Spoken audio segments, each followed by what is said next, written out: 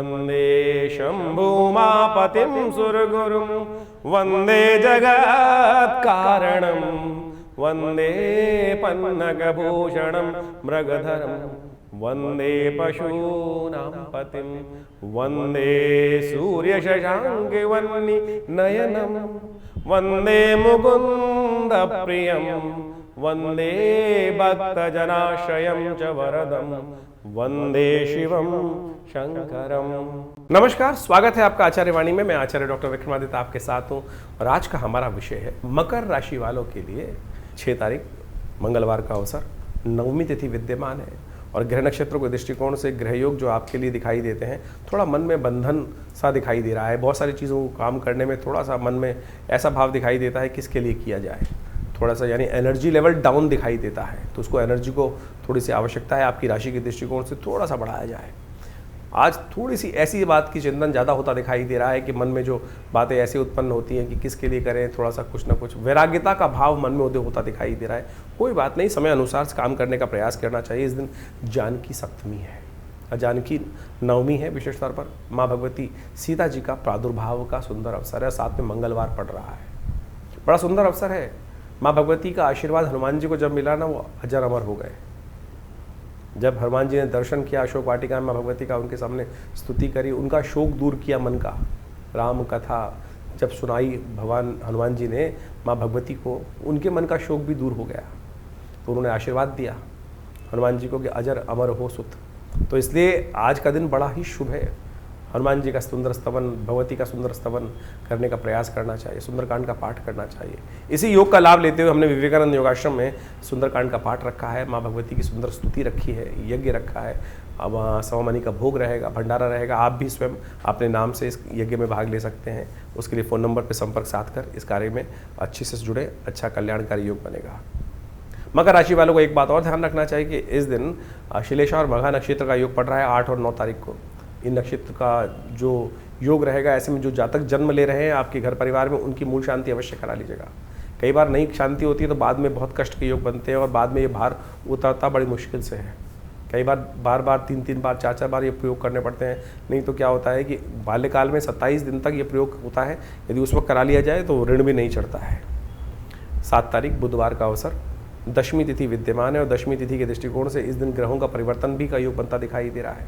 तो मकर राशि वालों, आपकी राशि के दृष्टिकोण से आपके ग्रहयोग के दृष्टिकोण में बुद्ध महाराज जो है परिवर्तन की तरफ जा रहे हैं। ये बुद्ध का परिवर्तन, भाग्येश बुद्ध आपकी राशि के दृष्टिकोण से सुख भाव में सूर्य के साथ बुद्ध आदित्य योग बना रहे हैं।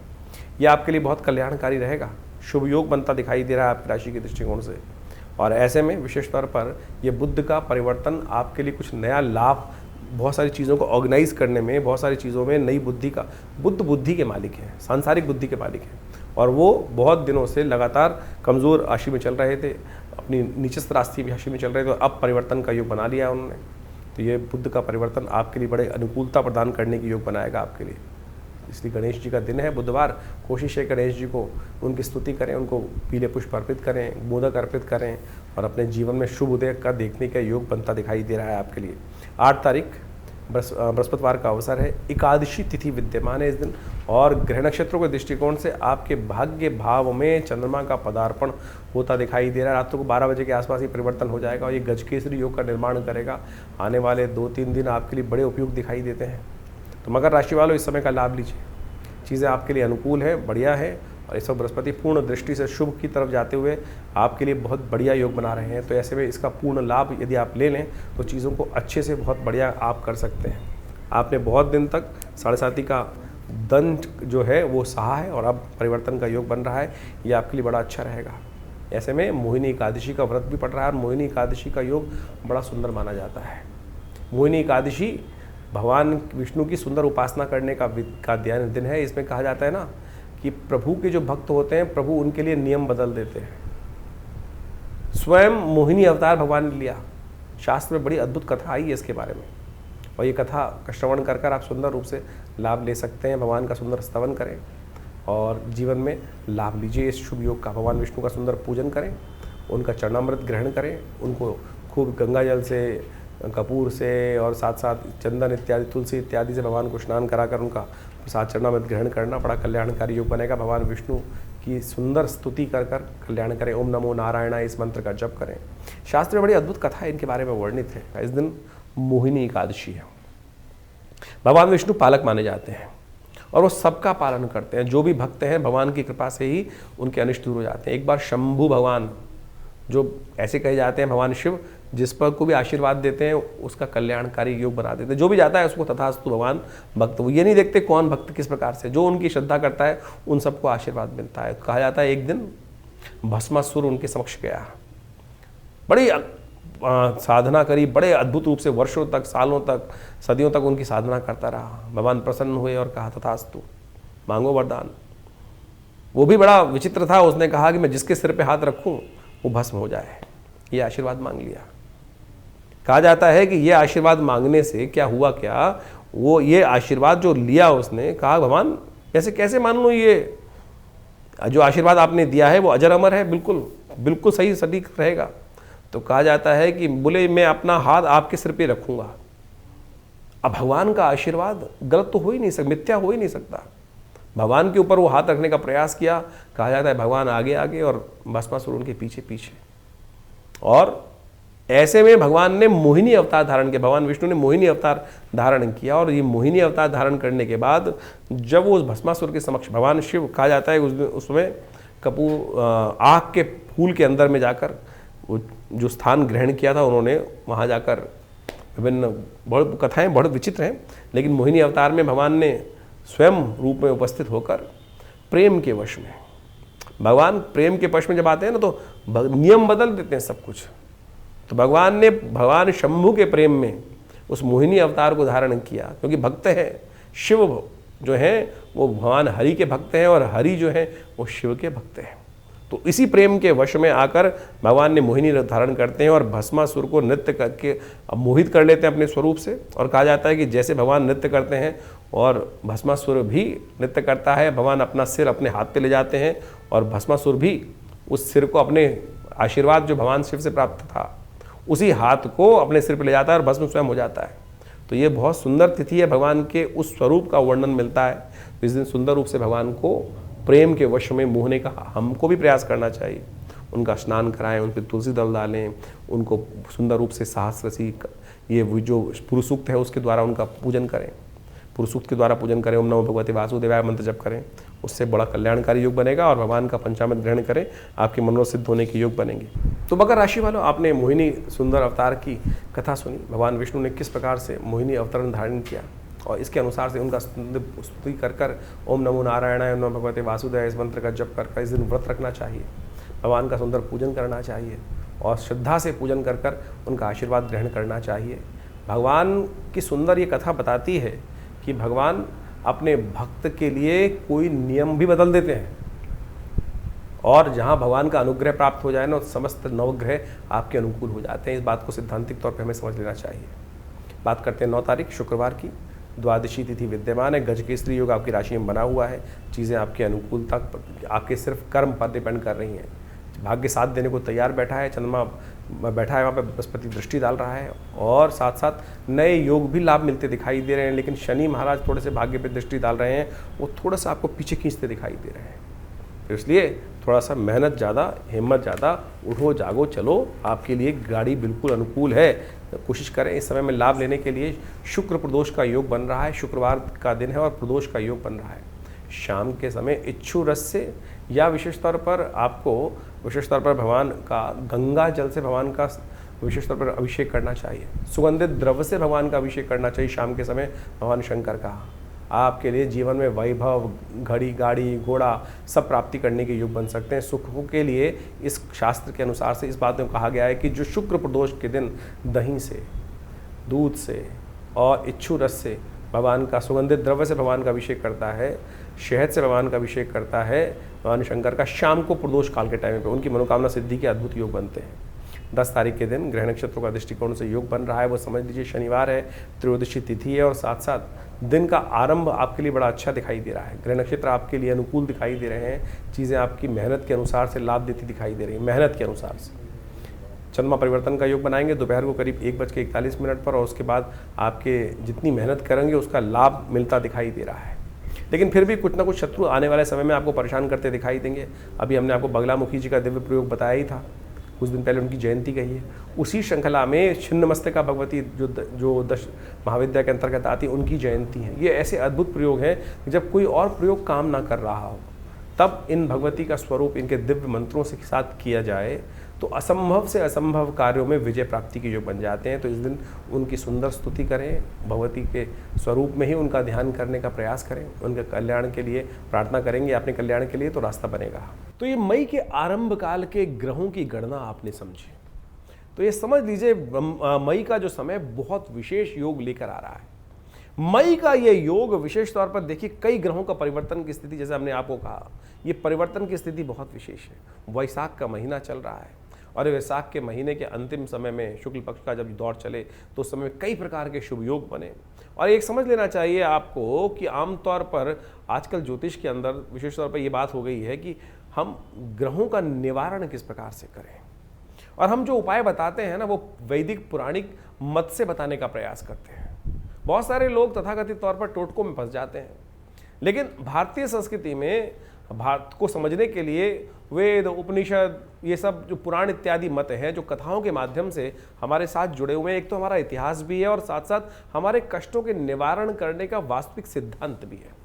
पंचांग के अंदर कई लोग अध्यात्म को बिल्कुल ही भूलने का प्रयास कर रहे हैं और कई लोग इस प्रकार से समझते ही नहीं है कि बहुत ज्योतिष भाई वेद का अंग है, ज्योतिष को अध्यात्म से हटकर देखा ही नहीं जा सकता है। अध्यात्म से हटके समझने का प्रयास करेंगे तो ग्रह गणना को विशेष तौर पर ना तो उसकी वास्तविकता आप समझ सकते हैं, वो तो मैथमेटिक्स कैलकुलेशन के रूप में आप उसको केवल गणनाओं के तौर पर समझ सकते हैं, लेकिन निवारण, कष्ट का निवारण जो है वो इतिहास में दर्ज है। पुराण, उपनिषद, वेद, ये सारा का सारा भारतीय संस्कृति का ऐसा एक सार गर्भित ग्रंथ है कि जिससे हमको जीवन जीने की कला भी समझ में आती है। और ये वैशाख का महीना चल रहा है जिसे भगवान ने अपना नाम दिया है। कार्तिक से भी बढ़िया कोई मास हो सकता है जिसमें सुंदर योग बनते हैं, चाहे वो विशेष तौर पर आप समझे जिसमें आज हमने आपको समय कालांतर में बताने का प्रयास किया। अक्षय तृतीया वैशाख के महीने में आती है और साथ साथ विभिन्न प्रकार की जयंती आती हैं, बगलामुखी जयंती आती है। जीवन में कष्ट चल रहा हो, कैसे निवारण करेंगे? अगर एक पुराने हमारे कवि साहब ने लिखा, क्षमा शोभती उस भुजंग को जिसके पास गरल हो। अभी भारत के ऊपर इतनी भयावह स्थिति बनी, कुछ लोगों ने भारत के सम्मान को तार तार करने का प्रयास किया। यदि हम पे शक्ति नहीं होगी जैसे, तो हम कैसे, कोई भी आके थप्पड़ मार के चला जाएगा, और यदि शक्ति होगी तो उसका प्रत्युत्तर देकर अपने सम्मान को पुनः स्थापित करने का कार्य किया सकते हैं। बगलामुखी, छिन्नमस्तिका इत्यादि की जयंती इस वैशाख के महीने में आती है। ये शक्तियों का इसीलिए शास्त्र में वर्णन है कि भाई जीवन में कष्टों का निवारण करने के लिए जो आपके पास शक्तियां हैं, ब्रह्मास्त्र हैं, उनका उपयोग किया जाना चाहिए। नहीं तो कोई भी आपके जीवन में कष्ट यदि आ रहा है तो ऐसा तो नहीं। हमारे ऋषि मुनियों की अद्भुत खोज है, बगलामुखी जी के ऐसे अकाट्य प्रयोग हैं कि जब, वैसे तो उनका प्रयोग निषेध है शास्त्र के अंदर, लेकिन जिस प्रकार से वो शब्द जो मंत्र इत्यादि हैं, ओम ह्रीं बगलामुखी सर्वदुष्टानां वाचम मुखम पदम स्तंभे जिह्वाम कीले बुद्धिम विनाशे ह्रीं ओम, जिस प्रकार से उनका उपयोग है अद्भुत है, अद्भुत। यानी यदि शास्त्र में जैसा हमने कहा कि उनका उपयोग ये साधारण तौर पर निश्चित माना गया है, लेकिन जब सर से पानी ऊपर चला जाए और आपने कोई अपराध नहीं किया है, सामने वाला आपको खत्म करने के कगार पे है, तब इन ब्रह्मास्त्रों का प्रयोग शास्त्र में वर्णित किया गया है। और आदिकाल में लोगों ने, हजारों लाखों लोगों ने इसका उपयोग करके अपने कष्टों को दूर करने का रास्ता बनाया है। इसी प्रकार से छिन्नमस्तिका देवी की जयंती इसमें आए, नरसिंह भगवान की जयंती इसमें आ रही है, और तो और अनेक प्रकार के सुंदर योग इस वैशाख के महीने में बनाए। और सुंदरतम प्रभाव ऐसा बताया गया है कि केवल जल का दान ही समस्त कष्टों से निवारण का योग बना देता है। वो सब हमने आपके समक्ष रखने का प्रयास किया। ज्योतिष को कई लोगों ने केवल नग बेचने का धंधा और कुछ ना कुछ और बदतमीजी, और बहुत सारे आज की तारीख में लोग, पता नहीं ज्योतिष को कहीं कोई रिलेशन नहीं है। एक तो महानुभाव हम अभी समझ में आ रहा है, लोग हमसे आगे पूछते हैं कि बहुत सारे ज्योतिषी कहते हैं कि सुरा पान करना भी ग्रहों को शक्ति देता है। अरे मूर्खता की पराकाष्ठा है। किस प्रकार से शास्त्र में कहां, किस प्रकार से, कौन से जगह वर्णित है जिनको शब्दों का, संस्कृत का एक आ ई उ का ज्ञान तक नहीं है, शब्द पता ही नहीं है कि जो किस प्रकार से उपस्थित करने की बात कर रहे हैं। कुछ लोग तो आज भारतीय संस्कृति को इस प्रकार से कहते हैं कि देवता जो सोमरस का पान करते हैं उसको हम मदिरा के साथ जोड़ देते हैं। अरे मदिरा और सुरापान में बहुत फर्क है। सुरा का मतलब होता है चंद्र से निकला हुआ अमृत के समान शीतल पेय जो अमृतत्व का वर्णन करता है। क्या वो सुरा के मदिरा के साथ उसको जोड़ सकते हैं आप? और अभी ज्योतिष में ऐसी वर्णन कर रही है कि किसी को मदिरा पिलाना भी उपाय होता है, ग्रहों को शक्ति दे देता है, सत्यानाश कर देगा। किसी भी ज्योतिष के वास्तविक तौर पे अनुभव के ग्रंथ की बात करें तो वहां ये लिखता है शराब और कबाब, चाहे लाल किताब, चलिए आज की तारीख में प्रचलित लाल किताब है, वहीं जाके पढ़ लीजिए कहाँ किस ग्रह के उपचार के लिखा है। वहां तो ये बात लिखी है कि शराब और कबाब जिसकी जिंदगी में आ जाएगा वो बर्बाद हो जाएगा व्यक्ति। तो आप समझें ज्योतिष को जिस प्रकार से आज तथाकथित लोगों ने जिस प्रकार से पहुंचाया है, कहाँ कहाँ पहुंचा दिया है, उन सबको आज हटाने का हम प्रयास करें सही रूप से। हमने ज्योतिष को वैदिक ज्योतिष के साथ जोड़कर आपके समक्ष उपाय रखें। और इस वैशाख महीने में आप समझें, हमारे यहाँ व्यवस्थाएं बताई गई है, माधव मास इसका नाम रखा गया।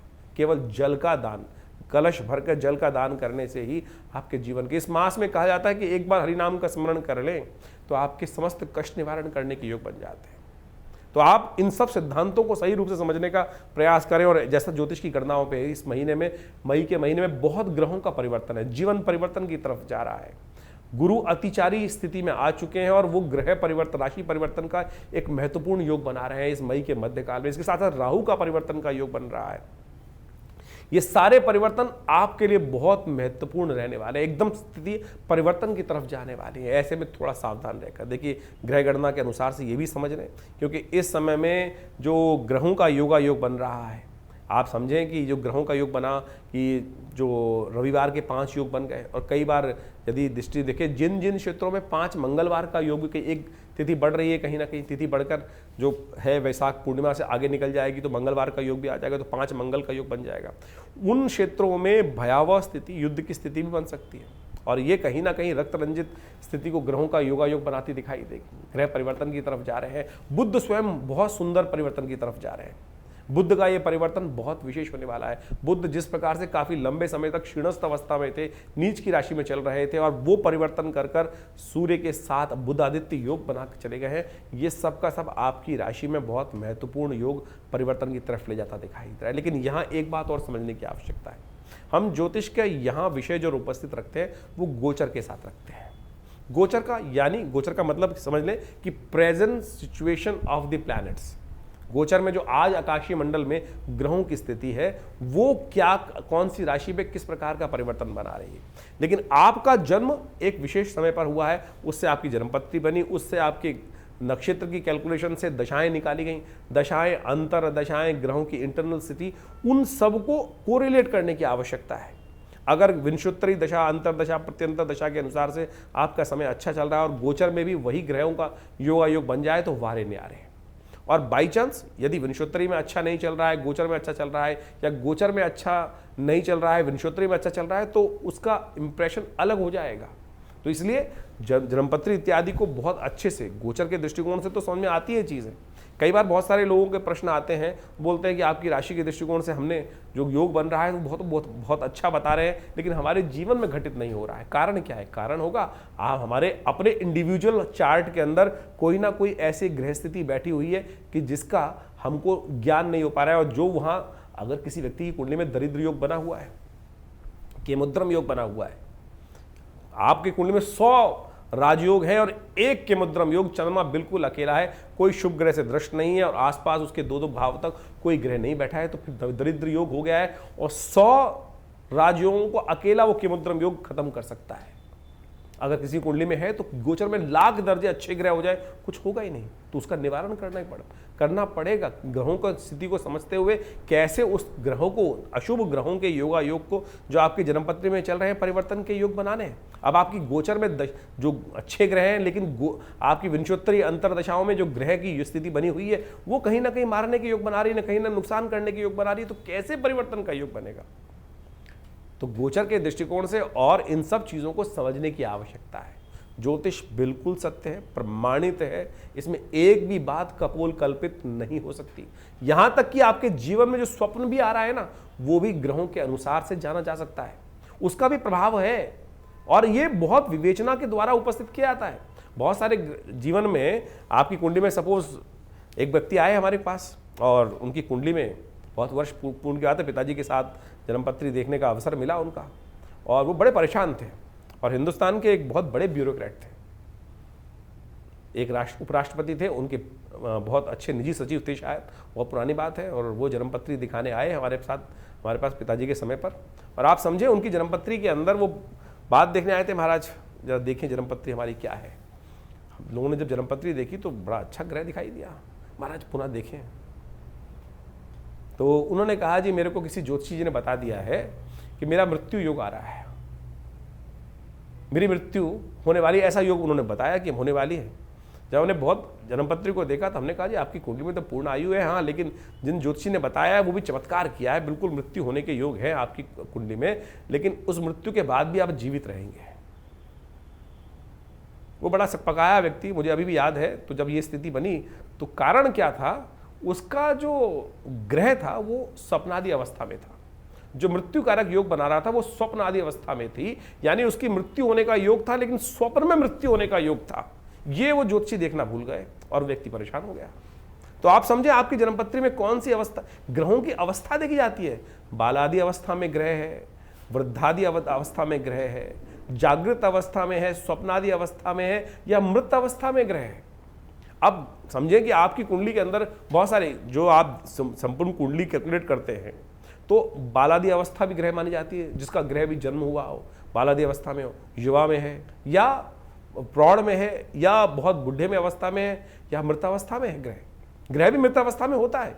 तो यानी वो कब कौन से अंशों में कहां किस प्रकार से बैठा है, इन सब चीजों की इतना वृहद वर्णन ज्योतिष शास्त्र के अनुसार से किया जाता है और उसके बाद विवेचनाएं की जाती है। ग्रह आप समझे ऐसी अवस्थाएं बनती हैं कि प्रत्यक्ष अवस्था में या हास्यादि अवस्था में, ग्रह की अवस्था हास्यादि अवस्था, यानी मजाक वाली स्थिति में भी ग्रह है कि आपका ग्रह बहुत बढ़िया उच्च का होकर बना हुआ है, लेकिन उसकी अवस्था हास्यादि अवस्था में, तो मजाक उड़वाएगा आपका। बहुत बार जीवन में होता है कि सब कुछ होते हुए भी कहीं मजाक उड़ रहा है व्यक्ति का, सब कुछ हास्य परिहास हो गया। तो वानी वो ग्रहों की अवस्था भी इतनी ज्यादा ज्योतिष के अंदर बहुत गणनाएं बहुत सुंदर रूप से उपस्थित की गई हैं। इसके लिए अध्ययन की आवश्यकता है। आज की तारीख में तो बहुत सारे लोग सोशल मीडिया पर लोगों को ज्योतिषी बना रहे हैं। 4 दिन के अंदर ग्रहण ज्योतिष पढ़कर आप किसी भी प्रकार से आप बहुत सारे ग्रहों के मूल को समझकर प्रेडिक्शन करना जान जाएंगे। नीम हकीम खतराए जान, एक पुरानी कहावत है, नीम हकीम खतराए जान। आप किसी कुंडली में, जैसे मैंने ये आपको एक कहानी उपस्थित करी, कहानी नहीं है, सत्य कथा है, वो व्यक्ति सोचिए क्या स्थिति रही होगी कि उसके मनोमस्तिष्क पे क्या स्थिति होगी कि वो व्यक्ति सोच रहा है कि मेरी मृत्यु होने वाली है। मेरा एक मित्र था, दिल्ली में बहुत बड़ी दुकान चलाते हैं, बहुत बड़ी एक लॉ की दुकान चलाते हैं। मुझे आज भी याद है कि अब इससे कुछ 10-15 वर्ष पूर्व उसके दिमाग में कोई ऑपरेशन की बात आई, दिमाग में कुछ समस्याएं थी, डायग्नोज हो गया था। और उन दिनों पिताजी हमारे थे, हमारे पास आया जन्मपत्री दिखाने के लिए। तो जन्मपत्री के अनुसार से हमको दिखाई दे रहा था यार इतनी भयावह स्थिति नहीं है जितनी तेरी स्थिति है। उसकी ऐसी स्थिति हो गई थी, घड़ी तू ले जा, ये स्थिति तू ले जा, अब जीना तो है नहीं, ऐसी स्थिति आ गई थी। लेकिन हमने उसको कहा कि भाई जिएगा, चिंता मत कर, तेरा ऐसा कोई भयावह स्थिति नहीं है। उसका एक लेज़र ऑपरेशन होना था ब्रेन का और वो कहीं भी जा सकता था, लेकिन प्रार्थना कराई भगवान की और साथ साथ उसकी ज्योतिष के दृष्टिकोण से उसको विश्वास दिलाया। आज 12-15 साल हो गए, उसको देखता हूँ, समझता हूँ, आज भी उसकी नमस्ते आती है, धन्यवाद आता है। तो आप समझे ज्योतिष के विषय बहुत है। ये नीम हकीम खतराए जान वाली बात बोली ना, किसी मन में भय डाल दिया। आज पूरा खेल भय का चल रहा है। चाहे किसी भी फील्ड में चले जाओ, किसी डॉक्टर के पास चले जाओ, वो कह देता है कि भाई ये तो बहुत खतरनाक बीमारी है, इसका तुरंत ऑपरेशन करा लो, कुछ और है नहीं, व्यक्ति बेचारा वैसे ही परेशान हो जाता है। तो ज्योतिष भय दिलाने वाली स्थिति नहीं है, ज्योतिष विश्वास दिलाने वाली स्थिति है। आपके जीवन में परिवर्तन लाने का रास्ता बनाया गया है। आपके जीवन में सिखाया जाता है कि कोई भी कष्ट है उसका सकल पदार्थ है जगमाही, कर्महीन पुरुष पावत नहीं। कर्म सही दिशा में कर्म किया जाए, जो उपाय निवारण, कारण जानने के बाद निवारण जो है वो ज्योतिष के उपनिषद इत्यादि यानी पुराण इत्यादि में ही तो वर्णित किया गया है कि किन किन के जीवन में कहां कहां घटना बनी, उन्होंने सत्यनारायण कथा करी और उससे उनके जीवन के कष्ट दूर हो गए। तो यही तो निवारण है। आज की तारीख में लोग बैठे हैं कि भैया वो शराब पिला दो, इस दिन शराब पी लो, इससे ग्रह परिवर्तन हो जाएगा, शुक्र और बलिष्ठ हो जाएगा। बलिष्ठ क्या होगा, आपका जीवन में समस्याएं कुछ और हो जाएंगी। आप सोचें कि आज की तारीख में लोग चुटकी बजाकर जो स्थितियों को उत्पन्न करने के लिए आज जो भी स्थिति की जा रही है वो ज्योतिष के दृष्टिकोण से कहीं उनका ज्योतिष से कोई मतलब है नहीं। तो हम इन समस्त चीज़ों को आपके समक्ष पूरी तरह से ज्ञान वर्धन करने के साथ साथ चीज़ों को सही रूप से करने का प्रयास करते हैं। तो ज्योतिष को सही रूप से समझें, चीज़ों को अपने जीवन में उतारने का प्रयास करें। जन्मपत्री आप दिखाना चाहते हैं तो उसके लिए अपॉइंटमेंट भी ले सकते हैं, और हमारे यहाँ से आपकी अपनी जन्मपत्री प्राप्त करने के लिए, अपने ग्रहों को समझने के लिए, कौन से आपके योग बने हुए हैं, किस प्रकार के योग बने हुए हैं, कौन से ग्रह कब फलीभूत होंगे, आपके लिए कौन सा उपाय श्रेष्ठ रहेगा, जनरल प्रेडिक्शन के तौर पर बहुत सारे लोग हमारे पास आते हैं। हम नग का विरोध नहीं करते भाई, हम कहते हैं सत्य पहने असली पहने। रुद्राक्ष इत्यादि जो भी चीज़ें शास्त्र में वर्णित है कहीं गलत नहीं है, कहीं कोई गलत नहीं है, लेकिन शुद्ध तो हो, सही तो हो। यदि आप हमारे यहाँ कौन से नग आपके लिए है वो भी बता दी जाते हैं, हम बताएंगे बिल्कुल, लेकिन हम बेचते नहीं। हम तो कोई बेचते नहीं है, बता जरूर देंगे। आप जानना चाहें तो आपको बता दिया जाएगा। तो वो जन्मपत्री के बहुत सारे मॉडल्स हैं हमारे यहाँ, वो भी आप निकलवा सकते हैं, अपनी जन्मपत्री की विवेचना करा सकते हैं। संबंध किस प्रकार से रहेंगे, कौन सा समय आपके लिए अच्छा है, दशाओं में कौन सा समय आपके लिए उपयुक्त आ रहा है, कब आपको अपने जीवन में आगे बढ़ने के लिए कार्य करना चाहिए, कब आपके जीवन में कार्य करने से आपको बचना चाहिए। तो आप उन सब संबंधों में जानने के लिए आश्रम के साथ संबंध साध सकते हैं। बहुत सारे विभिन्न प्रकार के उत्सव समय समय पर हमारे आश्रम पे होते रहते हैं, उनके बारे में भी आपको हम समय समय पर अवगत करा सकते हैं। आप अपने नाम से अपने उन यज्ञों में भाग लें, स्वयं आएँ, यज्ञ में बैठें, भगवान की प्रार्थना करें, देखिए चमत्कार होगा, कष्ट निवारण करने का योग बनेगा।